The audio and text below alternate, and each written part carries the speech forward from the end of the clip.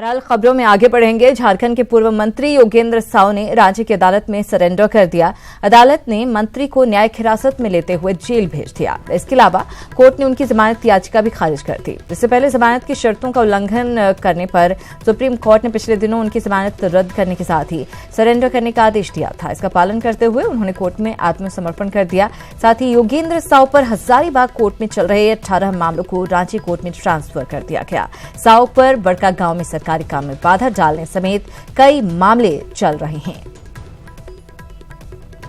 Court की direction जो 12 अप्रैल को आई थी उसके बेसिस में इन्होंने सरेंडर किया है और सरेंडर कम बेल पिटीशन भी फाइल की और AGC 7 जो जज साहब है उन्होंने रिजेक्ट भी कर दिया उनकी बेल पिटीशन को। तो इसके लिए हम लोग हाईकोर्ट में अप्रोच कर रहे हैं। ये सारा षड्यंत्र रच करके जो हमको ये चुनाव के समय में, चूंकि हजारीबाग लोकसभा का चुनाव में कंटेस्ट करने वाला था और हमारे चलते ही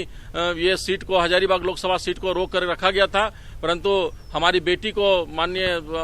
राहुल गांधी जी ने प्रोजेक्ट किया है और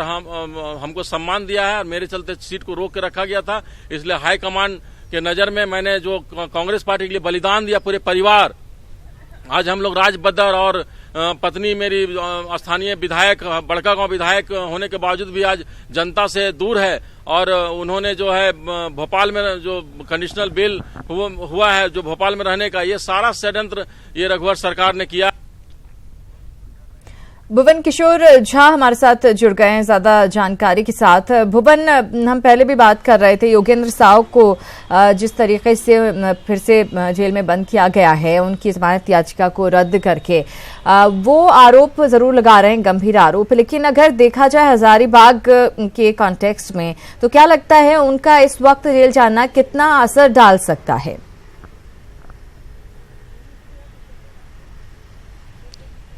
देखिए, जिस तरह से आरोप लगे हुए हैं योगेंद्र साव पर, तो कहीं ना कहीं ये गंभीर आरोप है और उसमें भी ये है कि सरकारी काम में बाधा डालना,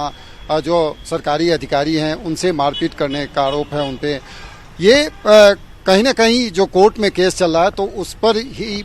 सुप्रीम कोर्ट ने जो औपबंधिक जमानत उन्हें दी थी और सशर्त जमानत पे उन्हें ये मिला था, तो लेकिन उसके बाद जैसे ही रेगुलर बेल के लिए उन्होंने सुप्रीम कोर्ट में गुहार लगाई तो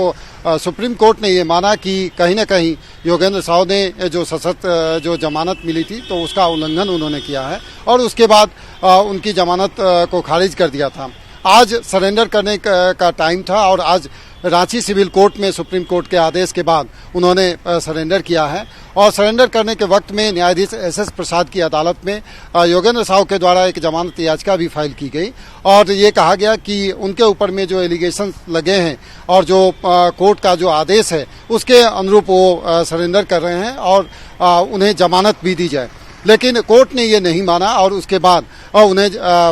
जेल भेजा गया है। तो कहीं ना कहीं ये योगेंद्र साव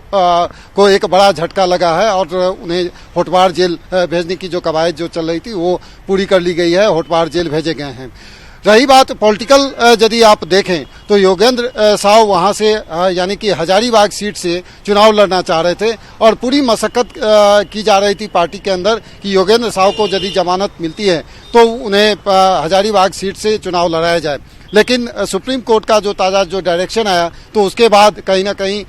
कांग्रेस के लिए भी एक बहुत बड़ा झटका है और योगेंद्र साव के लिए तो है ही। अब फिलहाल योगेंद्र साव चुनाव वहां हजारीबाग सीट से नहीं लड़ पाएंगे क्योंकि एक केस में उन्हें जो सजा जो मुकर्रर हुई है तो कहीं ना कहीं वो व्यवधान है और उसके तहत उन्हें चुनाव लड़ने से रोका गया है। तो अब वो चाह रहे हैं कि उनकी बेटी वहां से चुनाव लड़े और उसके लिए उन्होंने कांग्रेस अध्यक्ष राहुल गांधी के समक्ष में भी गुहार लगाई है। अब देखना होगा हजारीबाग सीट से, हालांकि कांग्रेस ने अभी तक किसी प्रत्याशी के नामों की घोषणा नहीं की है, तो अब देखना होगा